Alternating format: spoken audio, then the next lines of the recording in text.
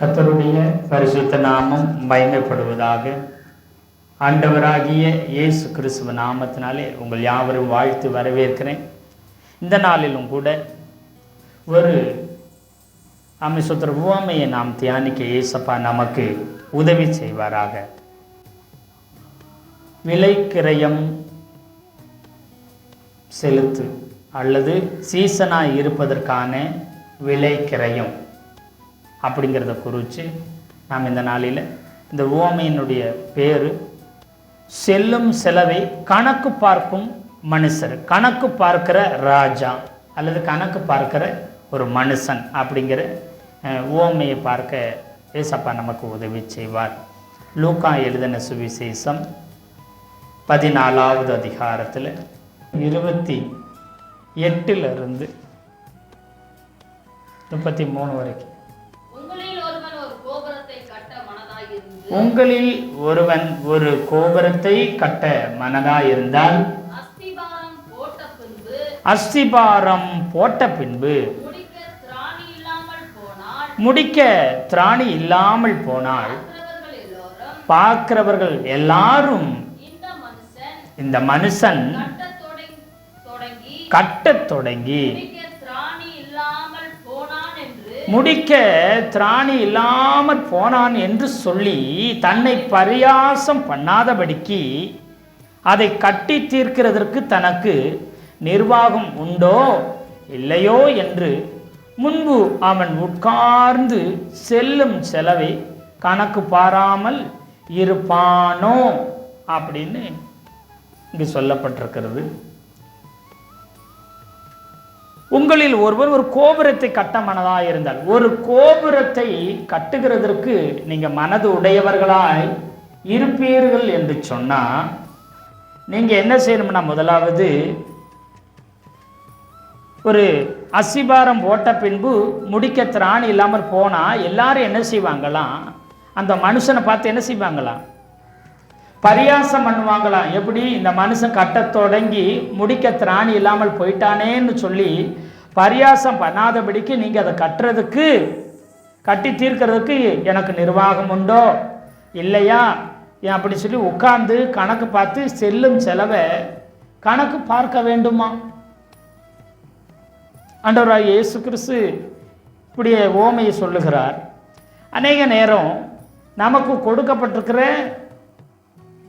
பொறுப்பு, நமக்கு கொடுக்கப்பட்டிருக்கிற அழைப்பு, நமக்கு கொடுக்கப்பட்டிருக்கிற ஊழியம், நமக்கு கொடுக்கப்பட்டிருக்கிற குடும்பம், இப்படி தனக்கு கொடுக்கப்பட்டிருக்கிற வேலை, இப்படி எதுவாய் இருந்தாலும் சரி,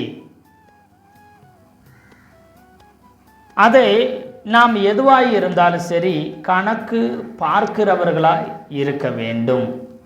கர்த்தரிடத்தில் எனக்கு ஒரு ஏற்ற துணையை கொடுங்கன்னு கேட்குறோம். கேட்டு அந்த துணையை குடும்பத்தை நடத்துறதுக்கு நான் என்ன செய்ய வேணும்னு சொல்லி கர்த்தருடைய சமூகத்தில் கேட்கணும்.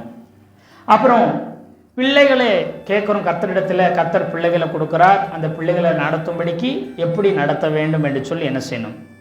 ரெபேக்காள் என்ன செய்தார், இப்படி ஆனால் எப்படின்னு சொல்லி தன்னுடைய பிள்ளைகளை குறித்து போய் என்ன செய்தார், அவர் விசாரித்தால். பிள்ளைகளை குறித்த ஒரு திட்டம், ஒரு தரிசனம். எதா ஆண்டவர் கொடுத்தாலும், ஒரு வாகனத்தை கொடுத்தாலும், ஒரு வீட்டை கொடுத்தாலும், ஒரு தோட்டத்தை கொடுத்தாலும், ஜனங்களை கொடுத்தாலும், ஒரு பொறுப்பை கொடுத்தாலும், ஒரு வேலையை கொடுத்தாலும், எதை கொடுத்தாலும் கர்த்தர் அதன் மூலம் ஒரு திட்டமும் அதற்குரிய ஒரு நோக்கமும் ஒரு தரிசனமும் இல்லாமல் எதையுமே நம்ம இடத்துல கொடுக்க மாட்டார். ஒரு சின்ன பொருளாக இருக்கட்டும், பெரிய பொருளாக இருக்கட்டும், அது மனிதர்களாக இருக்கட்டும், அது வேலையாக இருக்கட்டும், எதுவாக இருந்தாலும் கர்த்தர் அதற்குன்னு என்ன வச்சிருக்கிறார், ஒரு திட்டத்தை, ஒரு நோக்கத்தை வைத்திருக்கிறார். இது பொதுவானது. ஒரு வீட்டை கட்டுறோம்னா, ஒரு பில்டிங் கட்டுறோம்னா, சுத்திரம் நாம் என்ன செய்யணும்னா, அதை நம்மளால் கட்டி முடிக்க முடியுமா, இப்போ இல்லை அல்லது இப்போ கட்ட முடியுமா, இல்லை இனிமே கட்டி கொள்ளலாமா, இதை முழுசாக செஞ்சு முடிச்சிருமா, முடிக்க முடியாதான்னு கணக்கு பார்க்க வேண்டுமா?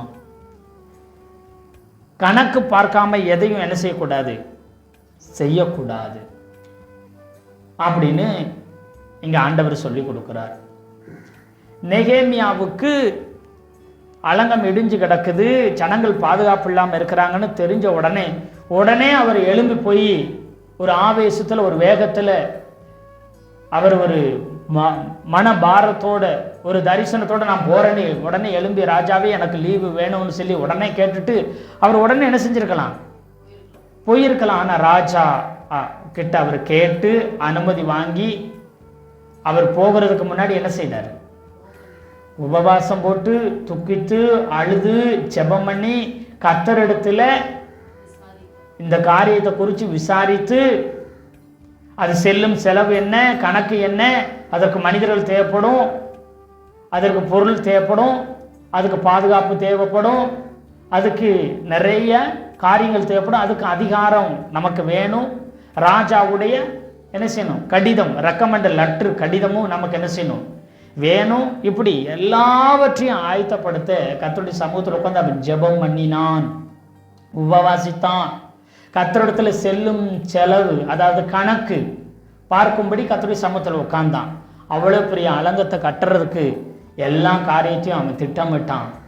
அதை எங்க, கர்த்தருடைய சமூகத்தில், கர்த்தருடைய சந்நிதியில் அவரிடத்துல முதலாவது நான் விசாரிக்கிறான், எனக்கு தரிசனம் அலங்கத்தை கட்டுறதா, மறுசீரமைக்கிறதா, என்னால் முடியுமா, தனியாக நான் போய் செய்ய முடியுமா முடியாதா, அப்படிங்கிறது எல்லாமே யாரிடத்துல போய் கேட்கிறாங்க, கர்த்தரிடத்துல கேட்டு செல்லும் செலவு எல்லாவற்றை கணக்கு பார்த்து எவ்வளவு மாதம் ஆகும், எவ்வளவு நாட்கள் ஆகும், பிரயாண நாட்கள் எவ்வளவு, எல்லாத்தையும் திட்டமும் தெளிவுமாய் முடிவு பண்ணி வச்சு கணக்கு பார்த்து வச்சுட்டு தான் ராஜா கிட்டேயே அவர் துக்கமுகமாக இருக்கிறத பார்த்து ராஜா கேட்குறாரு.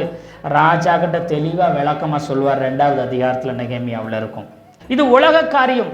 ஒரு வாகனம் வாங்கினாலும், ஒரு வீடு வாங்கினாலும், ஒரு தோட்டம் வாங்கினாலும், ஏதோ பொருட்கள் வாங்கினாலும், ஒரு திருமண காரியமாக இருந்தாலும், எந்த விஷயமாக இருந்தாலும் செல்லும் செலவை கணக்கு பார்க்க வேண்டும். ஒரு சிலர் கணக்கெல்லாம் பார்க்க வேணாம், கர்த்தர் பார்த்துக்கிடுவார் என்று சொல்லி என்ன செய்றாங்க, விசுவாசம் என்ற பெயரில் எதையும் விசாரிக்காம எதையும் கணக்கு பார்க்காம அவங்க சுய இஷ்டத்துக்கு செஞ்சுட்டு கடன்களிலையும் கண்ணிகளிலையும் பெரிய பெரிய ஆபத்துகளிலையும் நஷ்டத்துலையும் போய் என்ன செய்கிறாங்க, சிக்கி கொள்ளுகிறாங்க. ஆனால் முதலாவது எங்கே கணக்கு, செல்லும் செலவை கணக்கு பார்க்கணும், யாருடைய துணையோடு, கர்த்தருடைய துணையோடு, கர்த்தருடைய ஆலோசனைப்படி நாம் கணக்கு பார்க்க வேண்டியவர்களாக இருக்கிறோம். ஒரு சாதாரண உலக மனுஷனே கட்டிடம் கட்டுகிறதற்கு அவன் என்ன செய்வான், எவ்வளவு பணம் செலவாகும், எவ்வளவு பொருள் செலவாகும், எவ்வளவு கூலி செலவாகும், எவ்வளவு நாட்கள் இதை கட்டி முடிக்க முடியும், அதற்கு என்னென்ன தேவைகள் இருக்குது, என்னென்ன காரியங்கள் எல்லாம் நாம் ஆயத்தப்படுத்தணும், அதற்கு என்னென்ன சிக்கல்கள் இருக்குது, எல்லாவற்றையும் என்ன செய்வானாம், அவன் கணக்கு பார்த்து தான் ஒரு காரியத்தை கட்ட துவங்குவானாம். அடுத்து 31வது வசனத்தில் வாசிக்கும்போது, அன்றியும் ஒரு ராஜா மற்றொரு ராஜாவோட யுத்தம் செய்ய போகிற போது தன்மேல் 20,000 சேவகரோட வருகிற அவனை தான் 10,000 சேவகரை கொண்டு எதிர்க்க கூடுமோ கூடாதோ என்று முன்பே உட்கார்ந்து ஆலோசனை பண்ணாமல் இருப்பானோ. இப்போ 20,000 பேர் ஒரு ராஜா இன்னொரு ராஜாவோடு கூட யுத்தம் பண்ண வருகிறார். ஒரு ராஜா வருகிறான், 20,000 பேரை கூட்டி கொண்டு யுத்தத்துக்கு வருகிறான். இந்த ராஜா உட்காந்து நம்மகிட்ட எவ்வளோ சேவகர் இருக்கிறாங்க, 10,000 பேர் தான் இருக்கிறாங்க.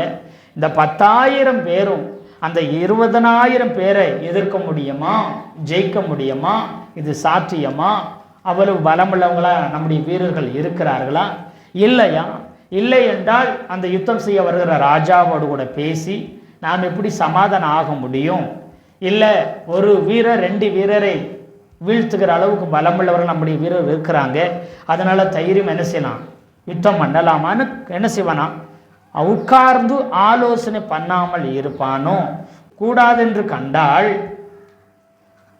மற்றவன் இன்னும் தூரத்தில் இருக்கும்போதே ஸ்தானாதிபதிகளை அனுப்பி சமாதானக்கானவைகளை கேட்டுக்கொள்வானே. அப்படியே உங்களில் எவனாகிலும் தனக்கு உண்டானவைகள் எல்லாம் வெறுத்து விடாவிட்டால் அவன் எனக்கு சீசனாய் இருக்க மாட்டான் என்று சொல்லி அங்க சொல்லுகிறார். ஒரு ராஜாவும் என்ன செய்கிறார், யுத்தத்திற்குரிய கணக்குகளை பார்க்கிறான். ஒரு கட்டிடம் கட்டுகிற இன்ஜினியரோ ஒரு கட்டிடம் கட்டுகிறவர்களும் என்ன செய்கிறாங்களாம், செல்லும் செலவை கணக்கு பார்ப்பார்களாம். ஒரு உலக மனிதர்களே, ஒரு உலக பொறுப்பில் உள்ளவர்களே, உலகத்தில் ஒரு ராஜாவாக இருக்கிறவர்களே இவ்வளவு கணக்கு பார்ப்பார்கள் என்று சொன்னால், தேவ பிள்ளைகள் நாம் என்ன செய்யணும்? அதிக கணக்கு பார்க்கிறவர்களாக இருக்கணும். இது உலக காரியத்தை குறித்து நாம் எல்லாவற்றிலும் கணக்கு பார்க்கணும். நாம் இஷ்டத்துக்கு என்ன செய்யக்கூடாது? விசுவாசம் என்ற பேரில் நாம் தேவனுடைய சித்தத்தை செய்யாமல், தேவனுடைய திட்டத்தை நிறைவேற்றாமல், நம்முடைய விருப்பத்தையும் நம்முடைய திட்டத்தையும் செஞ்சுட்டு அது தேவனுடைய சித்தம், அது தேவனுடைய விருப்பம், அது விசுவாசத்தில் செய்கிறேன் என்று ஒரு நாள் என்ன செஞ்சிடக்கூடாது? செய்துவிடக்கூடாது. அது பிரச்சனைகளிலும் கடன்களிலும் வேதனைகளிலும் கொண்டு போய் முடிகிறது. இது தேவனுக்கு பிரியமானதும் அல்ல. இப்போ சீசனாக இருக்கிறதுக்கான விளைக்கிரயத்தை குறித்து இங்கே மேலே 2 சம்பவங்களை சொல்லிட்டு கீழே 33 ரொம்ப முக்கியமானது அங்கே சொல்கிறாரு. அப்படியே உங்களில் எவனாகிலும் தனக்கு உண்டானவையில் எல்லாம் வெறுத்து விடாவிட்டால் அவன் எனக்கு சீசனாய் இருக்க மாட்டான் என்று அங்கே சொல்லுகிறார். அப்போது நாம் எல்லாரும் விசுவாச மாளிகைகளை கட்டி கொண்டு இருக்கிறோம். இயேசு கிறிஸ்து மூளைக்கல்லாகவும் அப்போஸ்தலர்கள் அஸ்திபாரங்களாகவும் நாம் எல்லாம் மகிமையான மாளிகையாகவும் என்ன செய்கிறோம்? விசுவாச மாளிகையில் நாம் எல்லாரும் கட்டி எழுப்பி கொண்டிருக்கிறோம். 2-3 ஓமை சேர்ந்தது தான், விளக்கத்தை சேர்ந்தது தான் இந்த கான்செப்ட், இந்த ஓமை. சுருக்கமான காரியங்கள் நாம் பார்க்க போகிறோம். என்னென்னா, நமக்கு தரிசனத்தை குறித்த தெளிவு இருக்க வேண்டும். ஆண்டவரிடம் நாம் என்னவாக இருக்க வேண்டும்? வேலை பார்த்தால் இதில் எனக்கு நீர் வைத்துள்ள தரிசனம் என்ன? உதவி ஊழியராக இருந்தனா அதில் நீங்கள் எனக்கு வச்சிருக்கிற தரிசனம் என்ன? இல்லை முழு நேர ஊழியக்காரனாக இருக்கிறனா, சுவிசேஷகராக அப்போஸ்தலராக 5 விதமான ஊழியங்களை செய்கிறவர்களாக இருக்கிறனா அதில் என்னுடைய தரிசனம், என்னுடைய பங்கு என்ன? ஒரு சிலர் மீடியா ஊழியத்தில் இருப்பாங்க. ஒரு சிலர் பார்த்தீங்கன்னா ஆடியோ ஊழியத்தில் இருப்பாங்க. ஒரு சிலர் பார்த்தாங்கன்னா கைப்பிரதி கொடுக்குற ஊழியம். ஒரு சிலர் புஸ்தகத்தின் மூலம் கர்த்தருடைய சத்தியத்தை கற்றுக் கொடுக்குற ஊழியம். இப்படி பலவிதமான ஊழியங்கள் இருக்குது. ஒரு சிலர் இப்போ என்ன செய்கிறாங்கன்னா சத்தியத்தை, உண்மை சம்பவத்தை, பைபிளில் இருக்கிற சத்தியங்களை, சம்பவத்தை, நிகழ்ச்சிகளை அதை என்ன செய்கிறாங்க? குறும் படமாக என்ன செய்கிறாங்க? எடுத்து குறுங்காட்சியாக எடுத்து அதை நடித்து அதன் மூலம் சத்தியத்தை என்ன செய்து கொண்டிருக்கிறாங்க? வெளிப்படுத்தி கொண்டிருக்கிறாங்க. அப்போது ஒவ்வொருத்தருக்கும் ஒவ்வொரு விதமான பொறுப்பு கொடுக்கப்பட்டிருக்குது. அப்போ எனக்கு கொடுக்கப்பட்டிருக்கிற பொறுப்பு என்ன? எனக்கு கொடுக்கப்பட்டிருக்கிற தரிசனம் என்ன? எனக்கு கொடுக்கப்பட்டிருக்கிற அழைப்பு என்ன? அப்படிங்கிறத புரிஞ்சுக்கிறணும். ஏன்னு சொன்னால், உசியா ராஜா என்பவர் ஆசாரியர் செய்கிற ஊழியத்தை போய் ஆலயத்துக்குள்ளே போய் ஆசாரிய ஊழியத்தை செய்ய போகிறேன்னு சொல்லிட்டு அவர் உள்ளே போனார். அவர் எவ்வளவு தேவனுக்கு பிரியமானவராய், தாவீதுக்கு அப்புறம் ஒரு உண்மையும் உத்தமுள்ள ஒரு நல்ல ராஜாவாக அவர் இருந்தாலும் அவருக்கு கொடுக்கப்பட்டது ராஜ பொறுப்பு.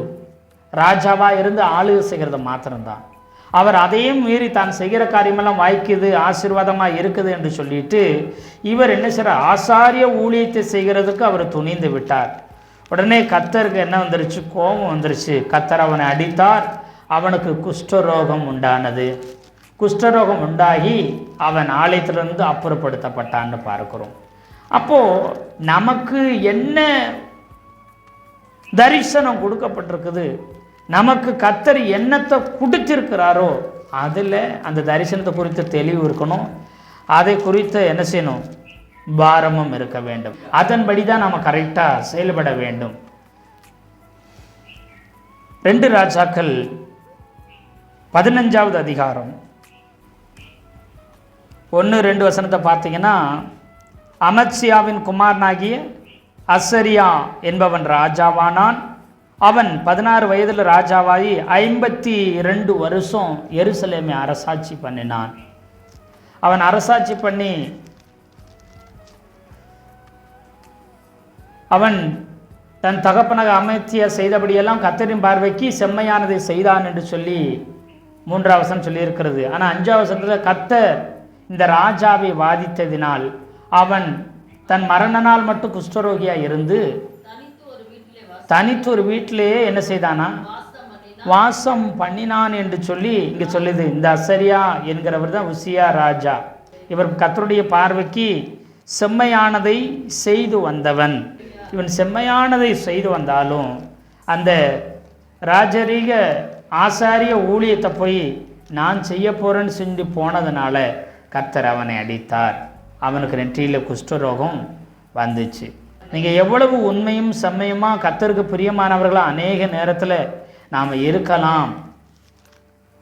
அதற்காக நமக்கு கொடுக்கப்பட்டிருக்கிற பொறுப்பை தாண்டி போய் என்ன செய்யக்கூடாது, வேற ஒன்று ஒரு நாள் நாம் என்ன செய்யக்கூடாது, செய்யக்கூடாது என்பதை நாம் புரிந்து கொள்ள வேண்டும். சவுல் ராஜாவும் அப்படித்தான். சாமுவேல் தீர்க்கதரிசி வருகிறதுக்கு நேரம் ஆன உடனே ஜனங்கள்லாம் செதறி போகிறாங்க, ஜனங்களை தைக்க வைக்கணும்னு சொல்லிட்டு உடனே இவரே போய் என்ன செய்தாராம், இவரே போய் பலியிட்டார்.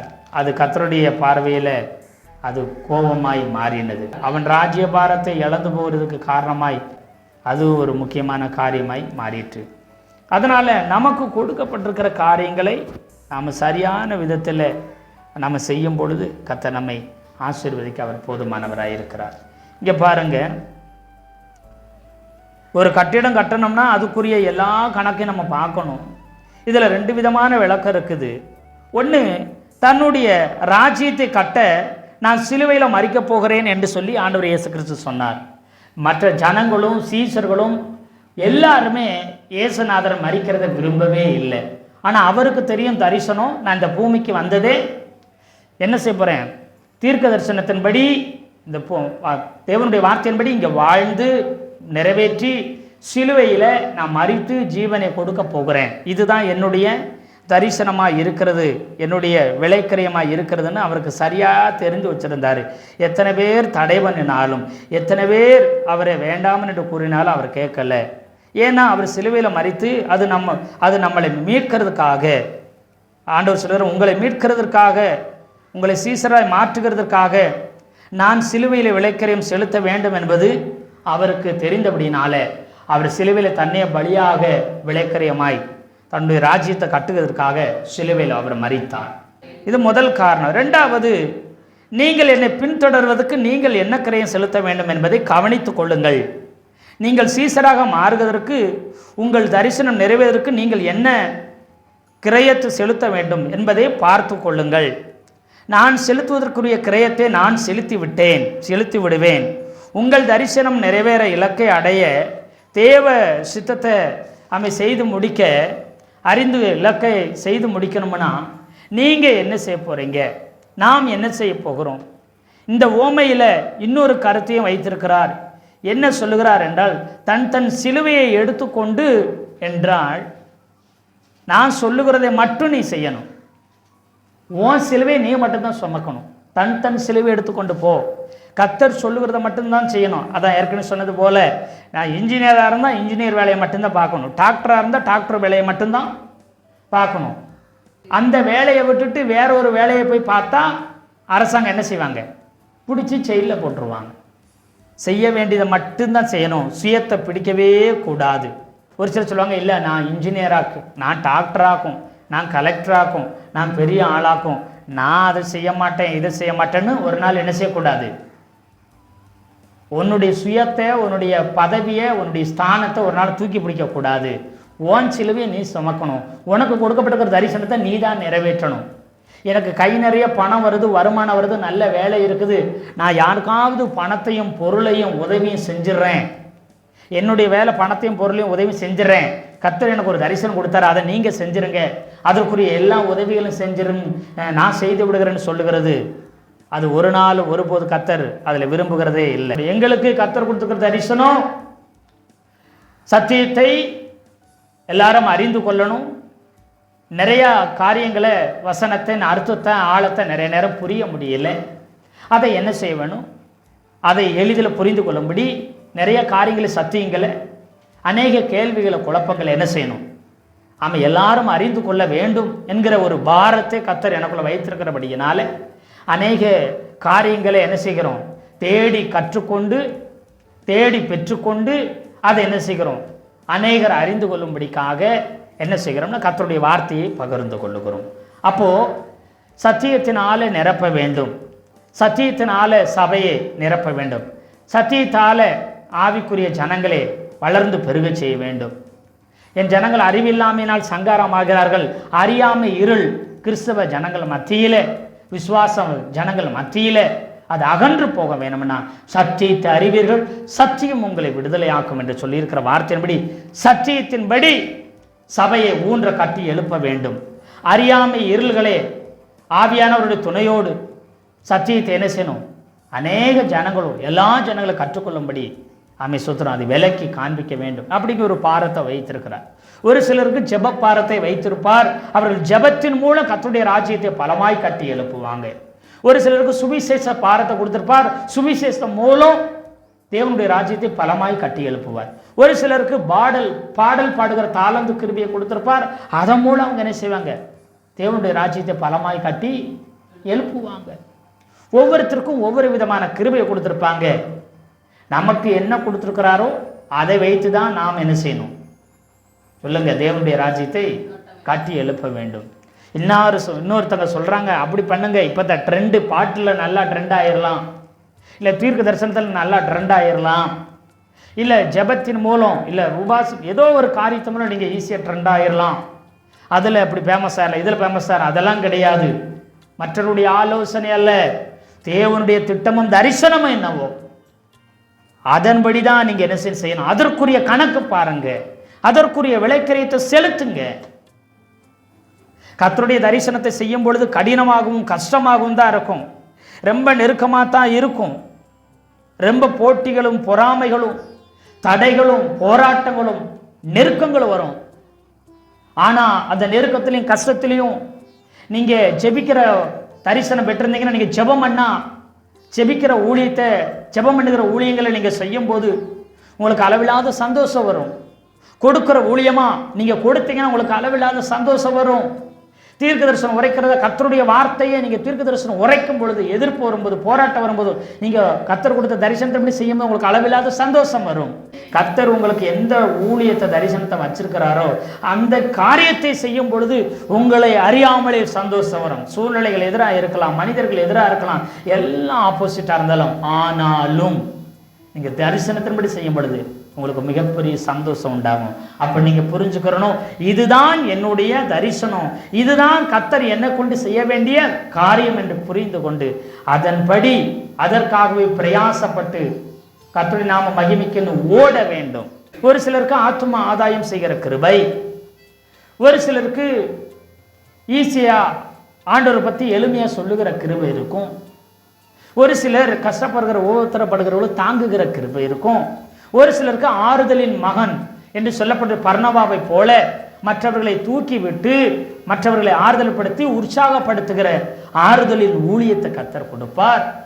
ஒரு சிலருக்கு சோர்ந்து போய் தளர்ந்து போய் பின்வாங்கி போயிருப்பாங்க, அவங்களுக்கு ஆறுதலையும் கர்த்தருடைய அன்பையும் சொல்லி திரும்ப உள் இழுத்து கொண்டு வருகிற, பின்வாங்கி போனவர்களை மறுபடியும் சபைகளை கொண்டு சேர்க்கிற விசேஷத்தை கிருபையை கர்த்தர் உங்களுக்கு கொடுத்திருக்கலாம். அப்படி பலவிதமான கிருபையும் தரிசனத்தையும் அழைப்பும் கர்த்தர் வச்சிருப்பார். உங்க அழைப்பை நீங்க புரிந்து கொள்ளவில்லை என்றால், நீங்க கணக்கு பார்க்காம கட்டடம் கட்டுகிற அந்த மனுஷனை போலவும், சூத்திரம், நீங்க ஆலோசனை பண்ணி கணக்கு பார்த்து ஆலோசனை பண்ணாம யுத்தம் செய்கிற ஒரு பரிதபிக்கப்பட்ட ராஜாவை போலே மாறுவீங்க. அப்படி கணக்கு பார்க்காம கட்டடம் கட்டுகிறவர்கள் அந்த கட்டடம் இடையிலே நின்று போயிரும், திரும்ப கட்டி எழுப்பப்படாம அது பாலாய் கைவிடப்படும்.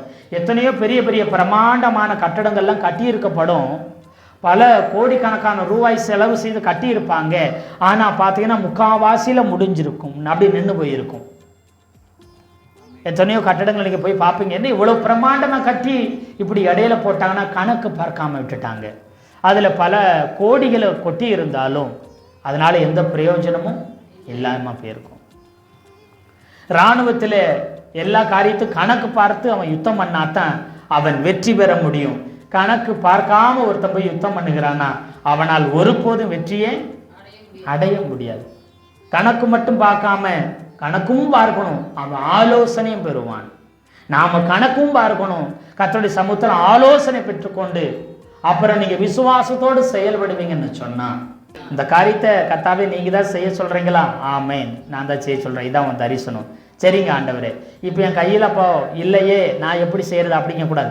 கர்த்தர் இதுதான் தரிசனம், இதை நீ செய் என்று சொல்லி ஆலோசனை சொல்லிட்டாருன்னா நீ எதை குறித்தும் கவலைப்பட வேண்டியதில்லை, யாரையும் பார்க்க வேண்டிய அவசியமும் இல்லை. ஏன்னா தரிசனத்தை கொடுத்த கர்த்தர் அதை நிறைவேறும்படி எல்லாவற்றையும் கொடுப்பார்.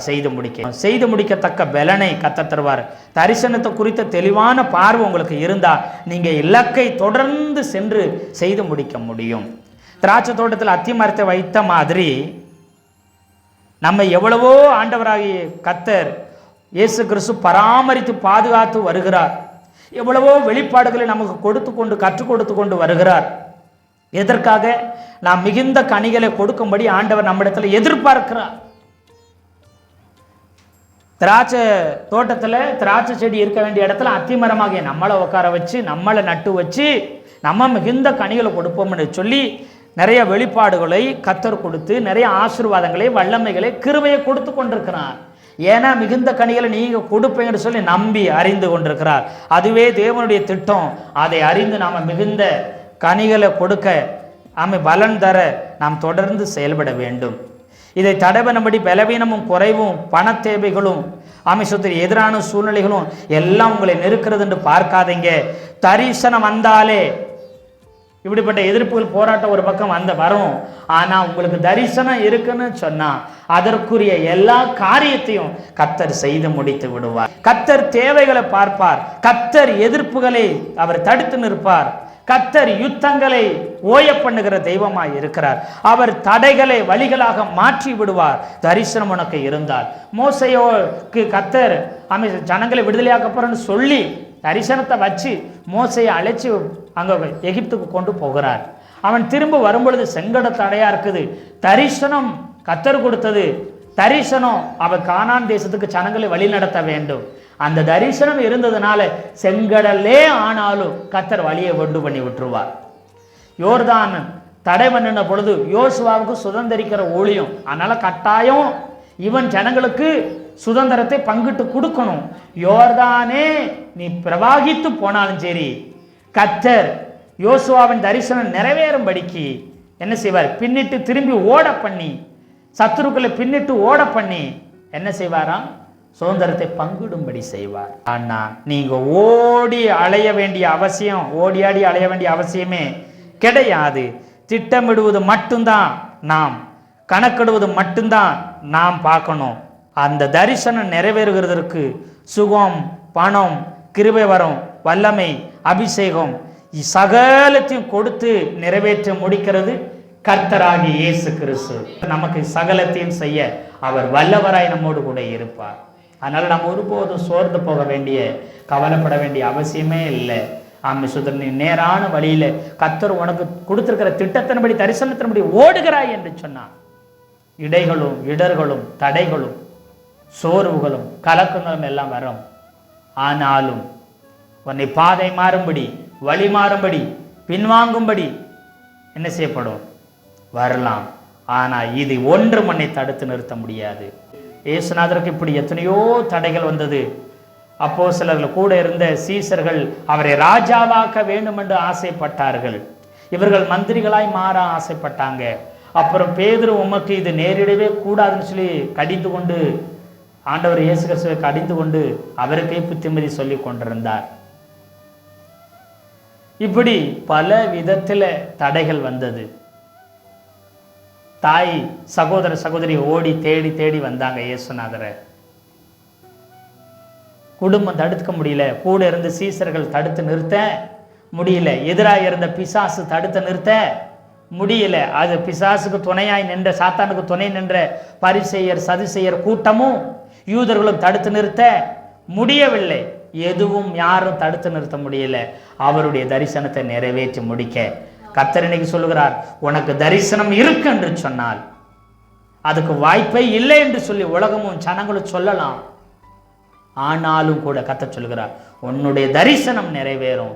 அதற்கு முழு சப்போர்ட்டு கர்த்தர் செய்வார். முழு சப்போர்ட்டு ஆவியானவர் கூட இருந்து நம்மளை நடத்துவார். அதனால் ஒன்று உனக்கு கொடுக்கப்பட்டிருக்கிற அழைப்பு இதுதான், உனக்கு கொடுக்கப்பட்டிருக்கிற தரிசனம் இதுதான், உங்களுக்கு கொடுக்கப்பட்டிருக்கிற திட்டம் இதுதான்.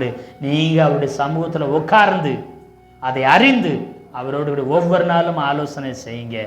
அதை வெற்றியாய் செய்து முடிக்க கர்த்தர் நமக்கு பலன் தர அவர் போதுமானவராய் இருக்கிறார். ஒரு நாள் உங்களுக்கு கொடுத்த திட்டமும் தரிசனமும் நீங்களும் தோற்று போகவே மாட்டீங்க. அது உங்களுக்குரியதில்லை, அது கர்த்தருக்குரியது. ஊழியம், அழைப்பு, தரிசனம், அபிஷேகம், வல்லமைகள், வரங்கள், கிருபை, குடும்பம், சமுதாயம், நீ இருக்கிற பட்டணம், நீ சுற்றில் இருக்கிற ஜனங்கள், உறவுகள் எல்லாம் உனக்காய் கர்த்தர் கொடுத்தது, உன்னை கொண்டு செய்யும்படி கர்த்தர் கொடுத்தது. அந்த தரிசனம் நிச்சயமாய் நிறைவேறும். கர்த்தர் ஆமே சோத்திரம், உன்னை ஆமே சோத்திரம், அவர் நினைத்தது வேண்டுவதற்கும் அதிகமாய் கர்த்தர் அந்த தரிசனத்தை நிறைவேற்ற அவர் போதுமானவராய் இருக்கிறார். கர்த்தர் தாமே இந்த வார்த்தையில கொண்டு நாம் ஒவ்வொருவரையும் ஆசீர்வதிப்பாராக. ஆமேன், ஆமேன்.